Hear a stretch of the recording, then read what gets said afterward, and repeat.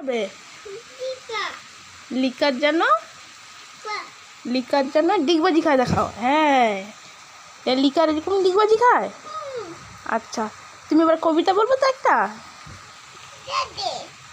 এখানে এসো বাবা।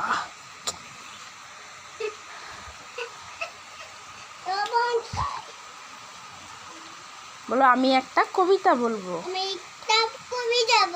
কি কবিতা বলবে বলো? না, আতা গাছে বলে দাও।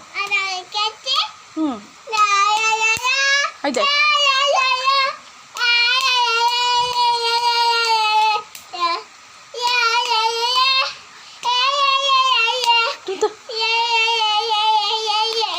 আতা গাছে তোর পাখি বলো।